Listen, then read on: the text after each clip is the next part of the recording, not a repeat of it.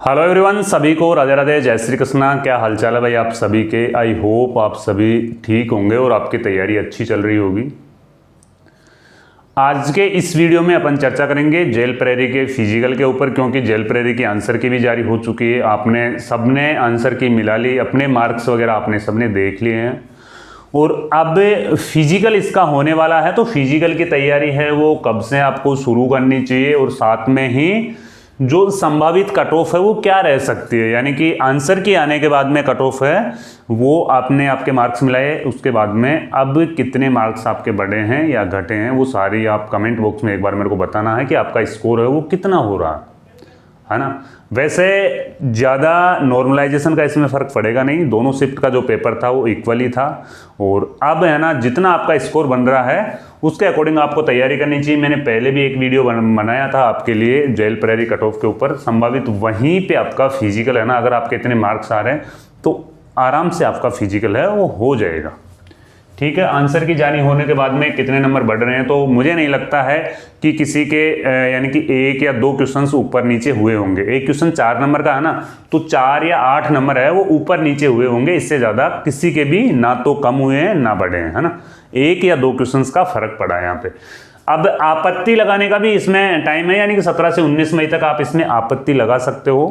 कल की डेट से आप इसमें आपत्ति लगा सकते हो। जो क्वेश्चंस जिस क्वेश्चंस में आपके कन्फ्यूजन है उसमें आप इसमें ऑफिशियल वेबसाइट पे जाके आपत्ति लगा सकते हो, किसी प्रमाणिक पुस्तक का हवाला दे करके उसके साथ में आपको आपत्ति लगानी है ना। संभावित फिजिकल की कट ऑफ और फिजिकल कब तक होगा ये भी इस वीडियो में अपन देखेंगे।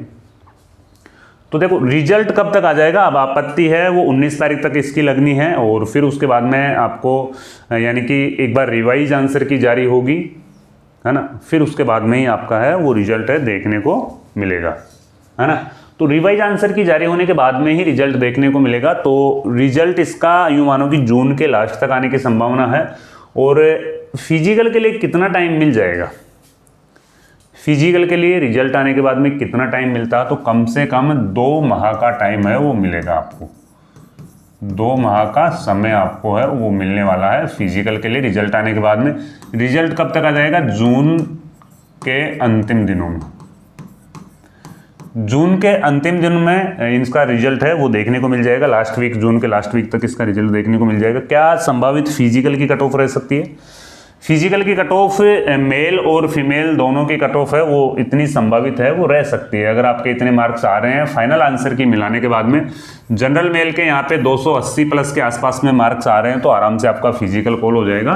और जनरल फीमेल के 260 नंबर, है ना। जनरल मेल के 280, जनरल फीमेल के 260, ओबीसी मेल के 275 और ओबीसी फीमेल के 255। वही बात करें ईडब्ल्यूएस के 270 नंबर और ईडब्ल्यूएस फीमेल के हैं वो 250 नंबर। जो आपका पेपर हुआ था वो 400 अंकों का पेपर हुआ था। कितने अंकों का पेपर था, ये था 400 अंकों का आपका पेपर हुआ था। उस 400 अंकों में से इतने मार्क्स अगर आपके आ रहे हैं तो आपका फिजिकल कॉल है वो आराम से हो जाएगा। एमबीसी मेल 275, वही एमबीसी फीमेल 260, एसटी मेल है वो 260 अंक और एसटी फीमेल है वो 230 अंक। एससी मेल के 255 अंक और एससी फीमेल के है वो 225 अंक। अगर इतना स्कोर आपका बैठ रहा है आपकी कैटेगरी वाइज तो फिजिकल की तैयारी कर दो, क्योंकि फिजिकल की तैयारी अभी से करोगे जब जाके आपका 5 किलोमीटर की रनिंग है वो कवर हो पाएगी, है ना। नॉर्मल तैयारी आप अभी से स्टार्ट कर सकते हो अगर इतना स्कोर आपका बैठ रहा है तो फिजिकल में क्या क्या होता है इसके फिजिकल में, तो फिजिकल के ऊपर अपन देखेंगे जैसा नोटिफिकेशन में दिया हुआ सारी बातें कि भाई इसमें फिजिकल के अंक है ना वो 100 अंकों की शारीरिक दक्षता है। कितने अंकों की शारीरिक दक्षता है, 100 अंकों की, जो क्वालिफाई नेचर का, यानी कि अगर आप फिजिकल पास कर रहे हो तो आपको 100 नंबर है वो मिल जाएंगे।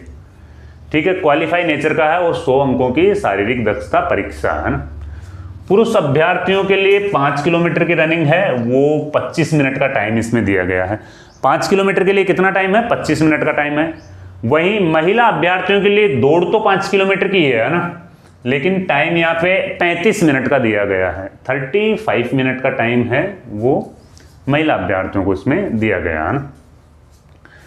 इसके बाद में इसमें यह दिया गया है कि भूतपूर्व सैनिक व केंद्रीय पुलिस संगठन के पूर्व कार्मिक दक्षता परीक्षा से मुक्त रहेंगे। अगर आप एक्समैन है तो आपका फिजिकल नहीं होगा, एक्समैन का फिजिकल नहीं होगा, और निर्धारित समय में दौड़ पूरी करने पर ही अभ्यर्थियों को सफल घोषित किया जाएगा। अगर टाइम ओवर हो जाता है उसके बाद में आप दौड़ कर रहे हो तो फिर आप दौड़ में फेल हो, है ना। तो टाइम का इसमें ध्यान रखना, है ना। इसके साथ में ही आप फिजिकल में जाओगे तो एक आपको है वो मेडिकल फिटनेस प्रमाण पत्र बनवा के लेके जाना है, जो गवर्नमेंट हॉस्पिटल में बनता है। जो भी आपके पास का जो चिकित्सालय गवर्नमेंट हॉस्पिटल है वहाँ पे जाके आपको मेडिकल फिटनेस प्रमाण पत्र है वो बनवा के लेके जाना है, ठीक है।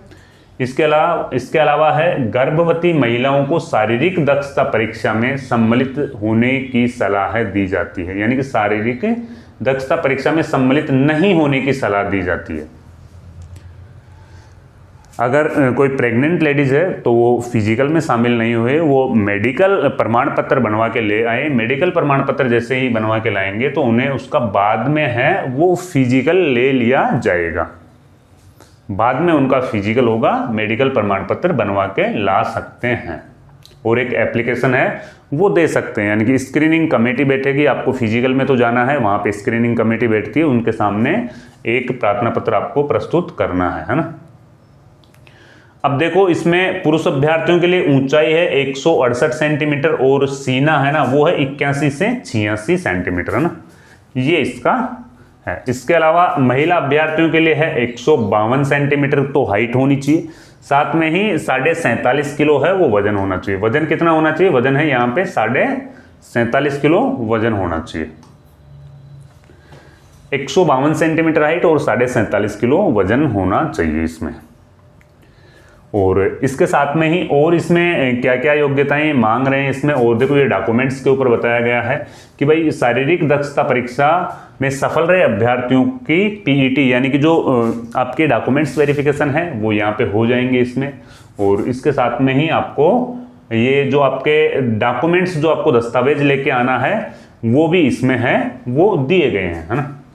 तो नॉर्मली जो आपकी क्वालिफिकेशन है उससे संबंधित आपको दस्तावेज लेके आना है, यानी कि स्वास्थ्य से संबंधित तो एक आप मेडिकल फिटनेस प्रमाण पत्र ले आओगे, एक आप चरित्र प्रमाण पत्र बना के लाओगे।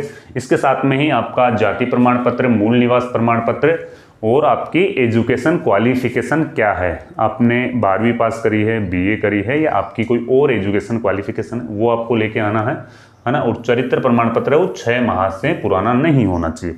बस फिजिकल नॉर्मल है, ओनली फॉर 5 किलोमीटर की रनिंग है और हाइट और चेस्ट है, महिलाओं के लिए वजन है, बस इतना सा ही है।